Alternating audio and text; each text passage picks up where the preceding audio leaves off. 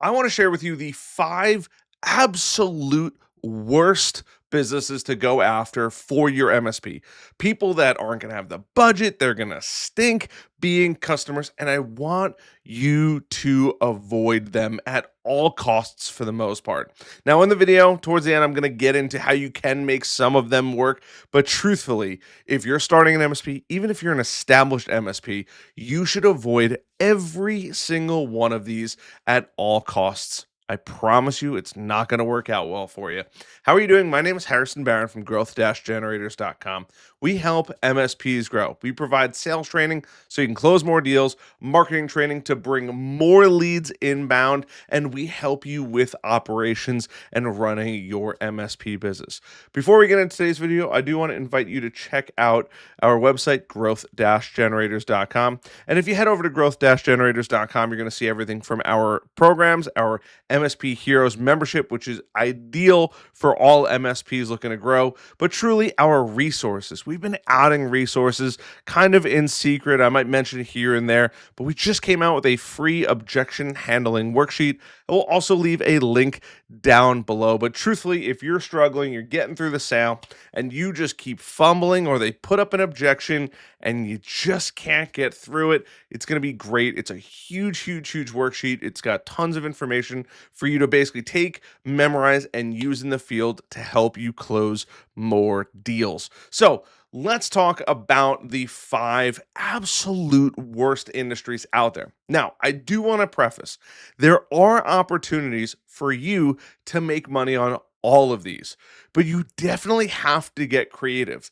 You need a way to wash, rinse, and repeat it. And if you do figure out how to make money in this, you can make money, and these can be your niche. Guess what? Most MSPs don't want to go after it. And I'm not saying, I already said you shouldn't go after these. But if you wanted to make it work, or you have an interesting take, or you could come up with a way to make it work, there is probably a lot of opportunity there for you. Number one, what I would consider probably the absolute worst, bar none. And I'm not one of those people that makes you wait till the end, although number five and even a little bonus in there is going to be real good. But number one, you got to avoid restaurants and the hospitality industry. Now, there's a little bit of a gray area when it comes to hospitality, because I know typically like a hotel falls under hospitality. Hotels can be good customers, but a banquet hall, a restaurant, it's not going to be great. They're pretty low margin. They have a very high turnover, especially with employees there, right? They're consistently dealing with cash flow issues. If there is bad weather, people aren't coming in. If it's a bad holiday, God forbid they get a tiny little bit of bad PR, whatever it is, they are a very, very cutthroat business. I came from the restaurant world. Fun fact, before I got into technology, I went to school for culinary arts. I know the industry like the back of my hand. I left the industry because I realized there's not that much money in the industry. I absolutely loved cooking and love being a bartender, but it is a super, super challenging industry. And truth be told, they typically might have a couple POS systems, point of sale systems. And then other than that, there's probably one or two computers that the managers use. They probably have an outdated machine. They don't really care about security. They probably have everything in like a Google Drive and stuff like that.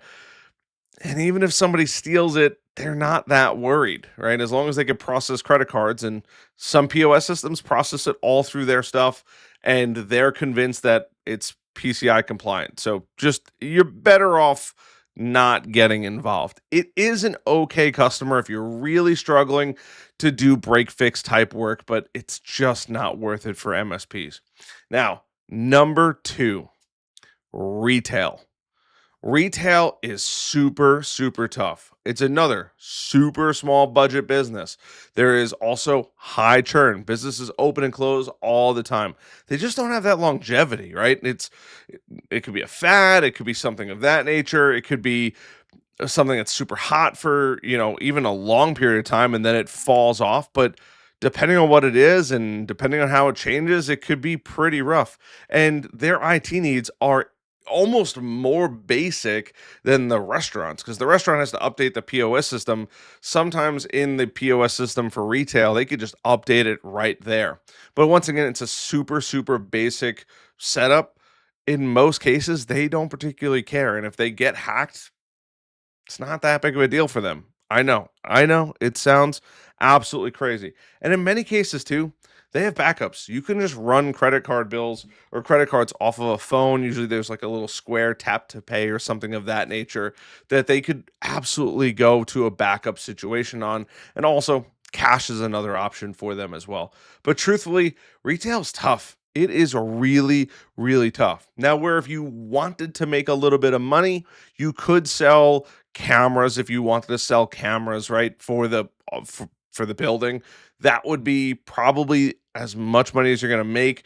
Maybe a phone. Most retail stores typically aren't using the phone all that often. Now, number 3, and somebody out there is about to get real mad at me, and I apologize. Nonprofits, especially the tiny ones. Now, a well-established, well-funded nonprofit, they got plenty of this. Trust me, they have plenty of money when it comes to nonprofits. But the very small nonprofits are super, super, super cutthroat. They have barely enough money. They barely pay their employees. They are extremely price sensitive. Everything is another expense for them. They also know that because they're a nonprofit, they can get a lot of stuff for free, which is fine. You can go to a company like TechSoup and you can leverage their stuff to get free or nearly free stuff. And you can make a little bit of money by setting it up. But in most cases, it's an absolute headache. And on top of that, it is a super slow sales process because they have to meet with the board, right? And in many cases, the board helps make a lot of the decisions, especially big financial decisions. So they have to wait till there's a board meeting. God forbid that takes a month or two, right? In many cases, it could take, if you caught it on the day after they have a board meeting, they might have a monthly board meeting. You might be waiting minimum 30 days, right? And if they don't have enough people, if some of the board members, depending on who they are, don't believe in technology, oh my goodness. Now, small nonprofits are also going to be expecting free work because you're helping the community. Now, you might be, and that's up to you if you want to truly help them or not. But if you're looking to actually make money in your MSP, most small nonprofits typically not worth it. I know. I'm sorry. I didn't want to be the one to deliver you that information, but it is the truth. However, if they are a fairly large nonprofit, 5 to 10, maybe 15 people and larger, they have some cash. They understand the importance of security. They have to keep their investors' information safe. They have to keep their data safe, whatever kind of nonprofit they're actually running. There is a lot that goes into it, but it does take time to get over those hurdles. Now, number 4, and that is going to be solo entrepreneurs and micro businesses. And yes, some of you watching this might be a solopreneur too, but there is a reason why larger MSPs have a minimum of 5 employees, right? Because they have figured out how to grow the business. Now, I talk about this fairly often actually in the MSP Heroes membership. We talk about being careful with going too small because if you do go too small, you get that one person, that two-person company, and they haven't quite figured out how to grow and scale and get leads regularly and build the business. It's really, really tough. Their money could be super, super tight. They could be just a small business and they might want break fix. Depending on what kind of business that they're in, they might be like, hey, I just need it to connect to my printer. I could figure out everything else afterwards.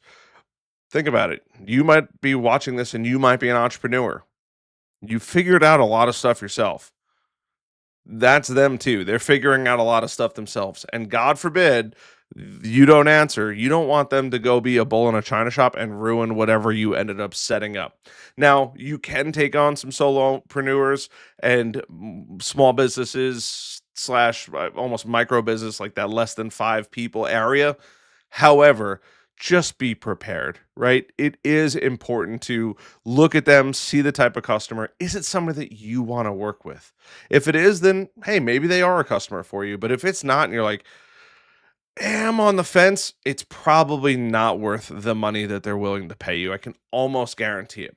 Now, number five, and this is kind of a broad brushstroke because if you have an old school type business, especially a blue collar one, prime example of this is an automotive shop or mechanic shop. Their old school mindset. And that's okay. It works for them. In many cases, a lot of people are going to pay them in cash.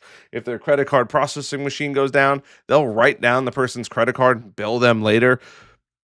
That's a whole other story, right? But they just have this old school mentality and they're quite honestly not using IT. Now, in some cases, they might be ordering hardware and that kind of thing. But where push comes to shove and that computer dies, they could just go on their phone, right?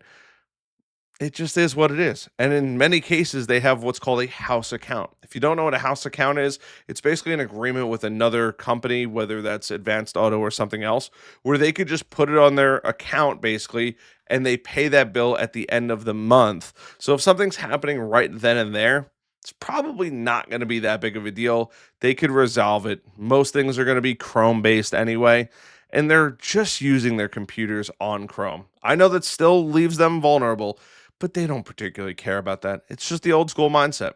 And if you have other businesses like that, it's very much the same way. As they progressively grow, as they take their mechanic shop or auto body shop and really treat it like a business where they're having 5, 10, 15 employees, they're building bays to bring cars in and work on, that's when you're going to see the actual chance for them to turn into a customer.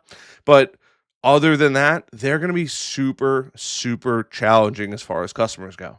And last but not least, what I would argue to say is probably the bonus of the most challenging industries out there.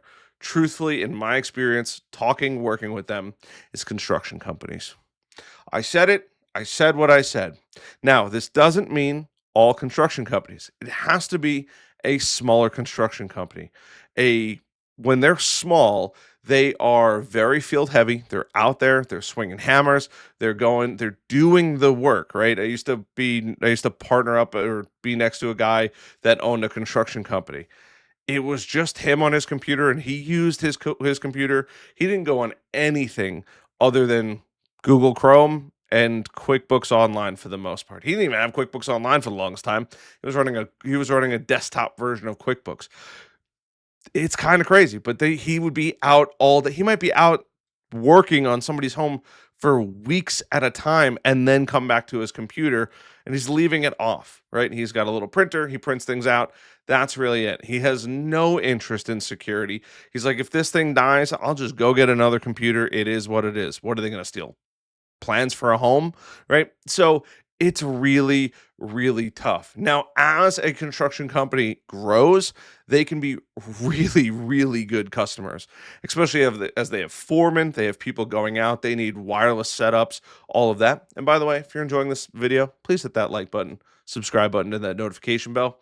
But they have different types of needs, and then you can cater to those needs, helping them grow their business. So this is really where things come in. You're probably going to get some project work out of them, but it's going to be really hard, or it's going to be some time until they decide to start paying you a monthly recurring revenue for the services that you're going to provide. And threshold could be different depending on how well their business is ran and how much money they're making. If they're making good money and they're doing, figure 20% profit margin on it, if they're doing $1 million a year, right? Then yeah, you might be able to make some money on it. But for the most part, it's a really, really competitive industry until they've really treat it and grow like a real business. That's when you can make money. So those are my five plus one bonus. The golden nuggets are always at the end of businesses that I would highly recommend avoiding. Once again, you can absolutely make money on all of them. You just have to figure out what you can offer, the differentiator, and is it possible that you could scale this and they're not going to pick up the phone and harass you all the time. I hope this video helped you. If it did, once again, like button, subscribe button, notification bell. If you want to check out and learn how to grow your MSP, head over to growth-generators.com. We have tons of resources on there on our resources page.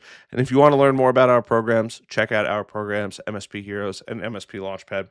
I love the heck out of you guys, and I'll see you guys on the next one. Bye.